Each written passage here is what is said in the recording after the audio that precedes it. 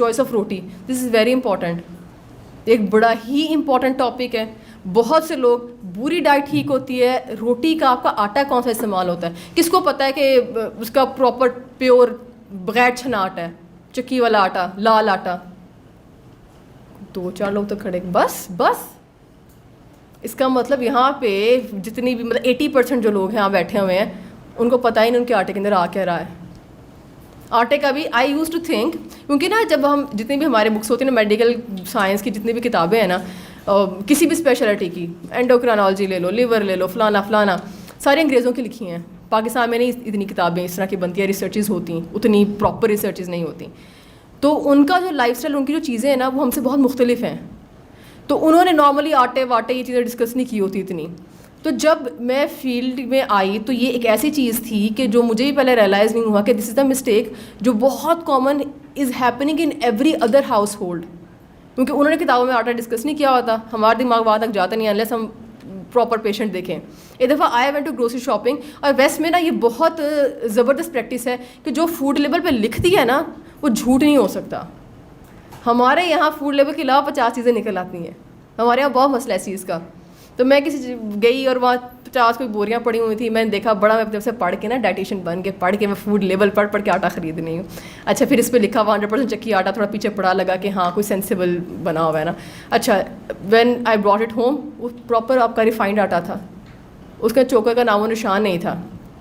اس کی روٹی جو چوکر والی روٹی ہوتی ہے اس کی بڑی نشان, چوکر کے بغیر والی روٹی ہوتی ہے اس کی بڑی نشانی ہوتی ہے کہ اس روٹی کے اندر نا آپ اس روٹی کو بنا کے نا آپ اگر پنکھے کے نیچے رکھیں نا وہ پاپڑ کی طرح سخت ہوگی. جتنی بھی روٹی ہوتی ہے نا آپ کی وہ پیور آٹے کی وہ سخت نہیں ہوتی. یا 2 روٹیاں رکھ کے دیکھ لیں, یہ اس نے 2 منٹ پاپڑ بن جانا ہے. اس کو تو آئل لگا کے جو اس طرح ہم فوراً سے مکھن لگا کے اس کو بند کرتے نا, دیٹس دا اونلی وے کہ وہ تھوڑی سی نرم رہتی ہے, ورنہ تو لٹرلی پاپڑ کی طرح پڑک کر کے آپ کے ٹوٹ کے ہاتھ میں آ جائے گی.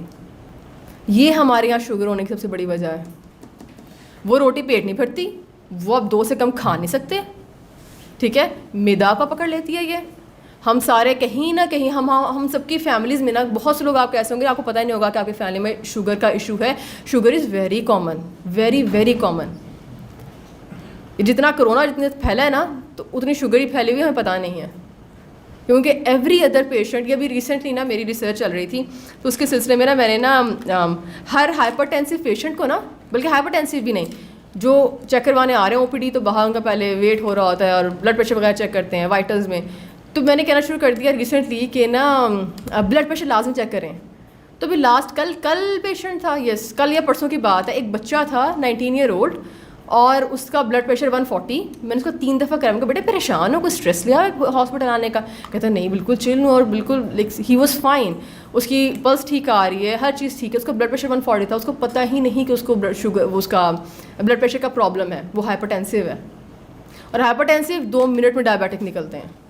بلڈ پریشر اگر آپ کا ہائی ہونا شروع ہو گیا نا تو انلیس اصل میں پرابلم پتہ ہے کیا, کافی بیماریوں کے ساتھ وہ آپ کو سمٹم نہیں دیتی. بلڈ پریشر اگر جو ینگ ہوتے ہیں نا ان کا 140 بھی چلا جائے ان کو سمٹم کوئی نہیں آتا. یہ تھوڑی اولڈ ایج میں جا کے سر درد تو یہ درد تو وہاں درد شروع ہو جاتی ہے.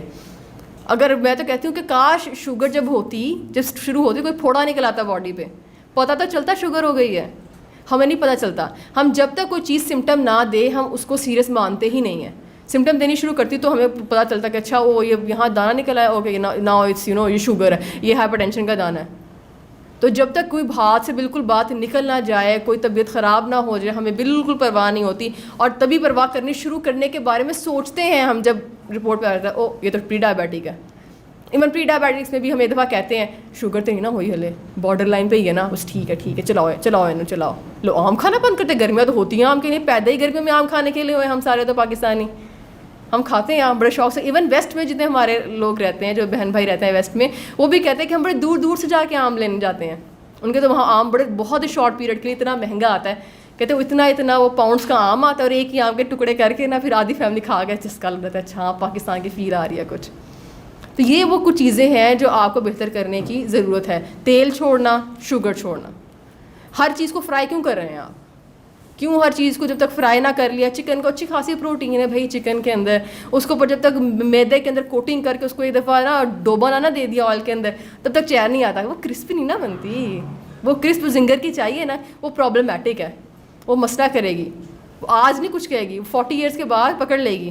اور مردوں میں اسپیشلی ہارٹ پکڑتی ہے.